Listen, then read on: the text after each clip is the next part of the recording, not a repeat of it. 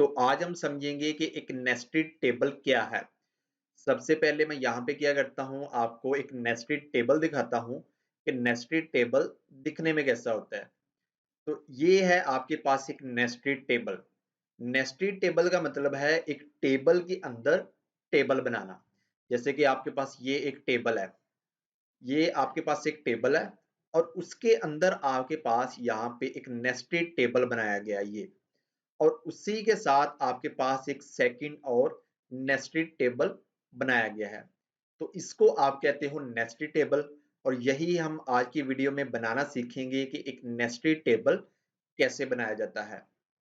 तो यहाँ पे अगर हम आते हैं तो यहाँ पे ये हमारा लास्ट लेक्चर जो हमने टेबल बनाया था, तो ये है हमारे पास। सबसे पहले हम इसकी आउटपुट देख लेते हैं। तो ये है हमारे पास इसकी आउटपुट। अब अगर आपने इस टेबल के अंदर एक नेस्टेड टेबल बनाना है तो उसके लिए मैं आपको यहाँ पे बता दूं, आपके पास एक टीडी होना चाहिए। यानी आप एक टीडी के अंदर ही एक नेस्टेड टेबल बना सकते हो। फॉर एग्जांपल मैं यहाँ पे, आप कह लें कि मैं यहाँ पे अली की जगह एक नेस्टेड टेबल बनाना चाहता हूँ। तो सबसे पहले मैं यहाँ पे सेकंड रो में आऊंगा और इस अली को यहाँ से हटाऊंगा। यानी एक नेस्टेड टेबल बनाने के लिए आपके पास ये एक टीडी होना चाहिए। ऐसा नहीं है कि आप यहाँ पे टीआर के अंदर एक नेस्टेड टेबल बनाना शुरू कर दें। यानी एक नेस्टेड टेबल के लिए आपके पास एक टीडी होना चाहिए। तो आपने यहाँ पे एंटर करना है और एंटर करने के बाद जैसे आप टेबल बनाते हो सिंपल आपने वैसे बनाना है। जैसे कि यहाँ पे हम टेबल बनाएंगे और इस टेबल के अंदर मैं क्या करूंगा, दो रो लूंगा और इसके अंदर मैं यहाँ पे एक टी एच लूंगा और इसका नाम लिख देता हूँ हेडिंग 1। हेडिंग 1 और इसी को यहाँ से कॉपी करके यहाँ पे पेस्ट करके यहाँ पे इसका नाम कर देता हूँ हेडिंग 2।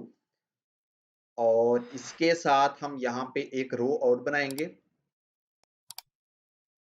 और इसी के साथ हम यहाँ पे दो कॉलम और लेंगे, जिसका यहाँ पे मैं नाम रखने वाला हूँ डेटा 1 और डेटा 2।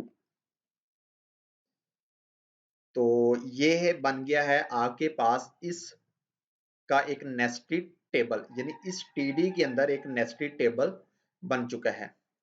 तो अब अगर मैं यहाँ पे इसको आके रिफ्रेश करता हूँ तो आपके पास इस टेबल के अंदर ये एक नेस्टेड टेबल बन गया। अभी इसको भी हम इस टेबल को भी एक बॉर्डर दे देते हैं ताकि यहाँ पे आप बॉर्डर लिखोगे और यहाँ पे सिंपल 1 आप लिख दोगे।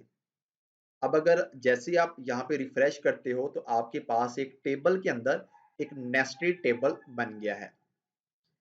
अब मैं यहाँ पे थोड़ी सी CSS अप्लाई करके आपको दिखाता हूँ कि CSS अप्लाई करके आप इस टेबल को थोड़ा सा कैसे चेंज कर सकते हो। बिकॉज आगे जाके मैंने आपको CSS सिखानी है, लेकिन थोड़ा सा आपको यही से हिंट मिल जाएगा ताकि आगे जाके आपको किसी किस्म की कोई मुश्किल या दिक्कत ना हो। तो उसके लिए आपके पास एक टैग आता है स्टाइल के नेम से। जैसे कि यहाँ पे मैं लिखता हूँ स्टाइल। मैं ऐसे करता हूँ, इस हेड के अंदर, इस टी हेड के अंदर स्टाइल देता। यहाँ पे आप स्टाइल एट्रीब्यूट ये यूज करोगे। ये CSS की एक प्रॉपर्टी आप कह लो कि एक एट्रीब्यूट है। और इसके अंदर CSS की जो भी प्रॉपर्टी आपने यूज करनी है उसका नाम आपने लिखना है। जैसे कि मैं यहाँ पे इसका बैकग्राउंड चेंज करने वाला हूँ, कुछ मैं यहाँ पे ब्राउन कर देता हूँ। और इसके बाद जैसे मैं इसको रिफ्रेश करूंगा तो आपके पास इसका टी हेड का जो बैकग्राउंड है वो चेंज हो चुका है।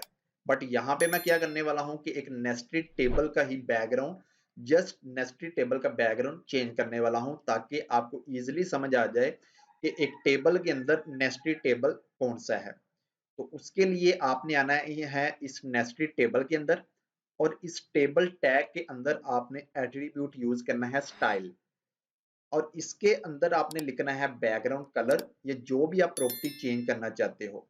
और इसके बाद आपने यहाँ पे कोई भी जो है कलर वो यूज कर लेना है। जैसे कि मैं यहाँ पे ये कलर यूज कर लेता हूँ। और इसके बाद मैं जैसे ही आके यहाँ पे रिफ्रेश करूंगा तो आपके पास एक नेस्टेड लिस्ट, जो भी नेस्टेड टेबल है उसका आपके पास बैकग्राउंड कलर चेंज हो चुका है।